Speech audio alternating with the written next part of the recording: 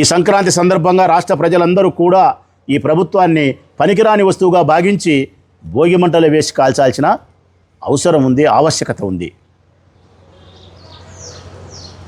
ఈ ముగ్గురు చెప్పుకుంటూ ఉంటారు, ముగ్గురు పెద్ద మనుషులు, చంద్రబాబు నాయుడు గారు, లోకేష్ బాబు గారు, పవన్ కళ్యాణ్ బాబు గారు. ఒకరేమో విజనరీ అంట, చంద్రన్న విజనరీ. మరి ఏమో నాకు ఏ విజనరీ, ఇదేనా విజనరీ అంటే? ఇదేనా విజనరీ అంటే? సంక్రాంతి పండుగ పూట ప్రజల మీద ఇదిగో ఈ కానుక ఇచ్చినావు చూడి, ఇది నీ విజనరీ. రెండు ఆయన రెడ్ బుక్ రాజ్యాంగం. మూడో ఆయన అది ఏది కాదు, అయింది సనాతని ఆయన. Visionary, red book, Sanatani. ఈ రాష్ట్రాన్ని దయ్యాలు పట్టినట్టు పట్టి పీడిస్తున్నారు మీరు. దయ్యాలు బట్టి పీడించినట్టు పీడిస్తున్నారు ఈ రాష్ట్ర ప్రజలను. ఏముంది ఈ రాష్ట్రంలో?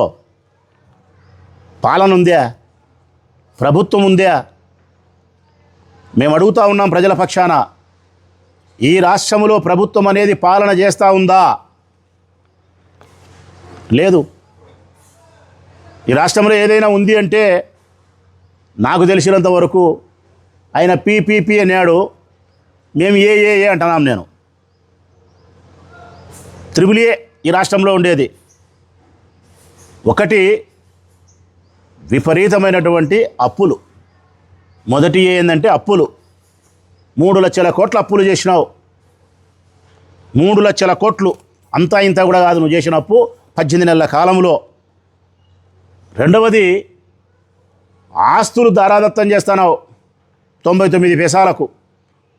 వేల కోట్ల రూపాయలు విలువ చేసే ఆస్తులను, ప్రజల ధనాన్ని 99 పైసలకు నువ్వు దారాదత్తం చేస్తున్నావు బోగస్ కంపెనీల పేరుతో.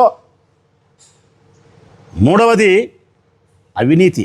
ఇదైతే విచ్చలవిడి. ప్రజలారా, అవినీతి గురించి మాట్లాడాల్సి వస్తే పుంకాలు మాట్లాడచ్చు. దొరికినోనికి దొరికినంత, సిక్కినోనికి సిక్కినంత, పెద్దోడు చిన్నోడు ఏ స్థాయికి ఆ స్థాయికి. ఇసుక లేదు, మట్టి లేదు, నీళ్లు లేదు, భూములు లేవు, బ్రాందీ లేదు. ఒక్కటి కాదు, ధనార్జనే ధ్యేయంగా పెట్టుకొని విచ్చలివిడి అవినీతి, కరప్షన్ పెరిగిపోయింది. ఒకవైపు అవినీతి, ఒకవైపు ఆస్తులను దారాదత్తం చేయడం, ప్రజల ఆస్తులను, మరొక వైపు అప్పులు చేయడం. ఇంతకు తప్ప ఈ రాష్ట్రంలో ఏమన్నా ఉందా? అసలు ఈ రాష్ట్రంలో శాంతి భద్రతలు ఉన్నాయా అని అడుగుతున్నాం మేము. స్త్రీల యొక్క మానాలకు, ప్రాణాలకు రక్షణ ఉందా అని అడుగుతున్నాం మేము. రెడ్ బుక్ రాజ్యాంగం నడుస్తుంది, కక్ష సాధింపు చర్యలు జరుగుతాయి. స్త్రీల యొక్క ధనానికి, మానానికి, శీలానికి విలువ లేకుండా పోయింది. విచ్చలవిడి అప్పులు చేస్తున్నారు. నీ ఇష్టానుసారం ఆస్తులు, ప్రజల ఆస్తులను దారాదత్తం చేస్తున్నారు, దోచుకుంటున్నారు, ధరలు పెంచుతూ ఉన్నారు, కరెంటు బిల్లులు పెంచుతూ ఉన్నారు, మద్యం ధరలు పెంచుతూ ఉన్నారు, నిత్యావసర ధరలు పెంచుతూ ఉన్నారు, ఇంటి పన్ను పెంచినారు, నీటి పన్ను పెంచినారు. ఏది మీరు పెంచండి? ఎన్నికలకు ముందు ఈడ కట్ చేస్తే, ఎన్నికలకు ముందు క్వైట్ ఆపోజిట్ మాట్లాడినారు. దీనికి భిన్నంగా మేము వచ్చే ఏదో రామరాజ్యాన్ని తీసుకొచ్చామన్నట్టు చెప్పినారు. రామరాజ్యమా? రాక్షస రాజ్యం వెళ్తుంది ఆంధ్రప్రదేశ్లో. వేటినైనా క్షమించగలుగుతామేమో కానీ పేదవాడు పండగ పూట కూడా ఇంత పాయసం చేసుకొని, మంచి బియ్యంతో అన్నం చేసుకొని, ఒక పప్పు, ఒక తాలింపు, రసము, పెరుగు, ఇన్ని వడియాలు, మిరపకాయలు వేయించుకొని, కుటుంబ సభ్యులు తల్లులు పిల్లలు కూర్చొని మాట్లాడుకుంటా తినడానికి కావాల్సిన స్థితిని కూడా ఈ రాష్ట్రంలో నువ్వు కల్పించలేదు. చూడి, ఈ ధరలు పెంచి దోసుకుంటున్నావు చూడు. నువ్వు క్షమించాల్సిన అవసరమే లేదు నిన్ను. అత్యంత దుర్మార్గమైనటువంటి ప్రభుత్వం నీది. ఈ సందర్భంగా మేము చంద్రన్నను అడిగేది ఏంటంటే, ఈ సంక్రాంతి పండుగ సందర్భంగా మద్యం బాబులకు సంక్రాంతి కానుక ఇచ్చినాడు చంద్రన్న.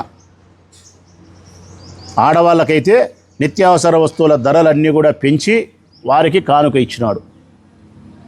మరి ఈ ప్రభుత్వం ఉండాలనో లేకపోతే సంక్రాంతి సందర్భంగా భోగిమంటలు లేచి ప్రభుత్వాన్ని కాల్చాలనో ప్రజలు ఒక్కసారి విజ్ఞత కలిగిన ప్రజలు ఆలోచించాల్సినటువంటి బాధ్యత ఉందని చెప్పి విజ్ఞప్తి చేస్తూ ఉన్నా.